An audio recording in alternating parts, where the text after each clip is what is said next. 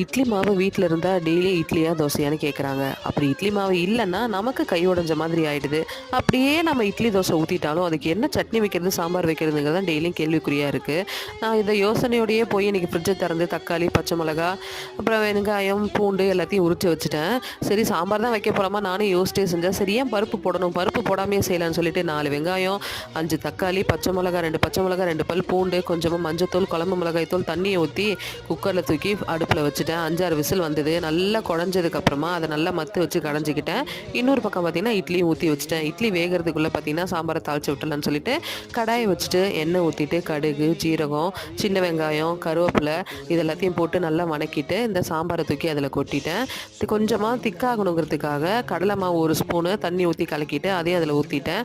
கொதி வரும்போது பெருங்காயத்தூளும், கொத்தமல்லி தலையும் போட்டு இறக்கி, இட்லில ஊத்தி சாப்பிட்டா வேற லெவல்ல இருந்தது ஃப்ரெண்ட்ஸ்.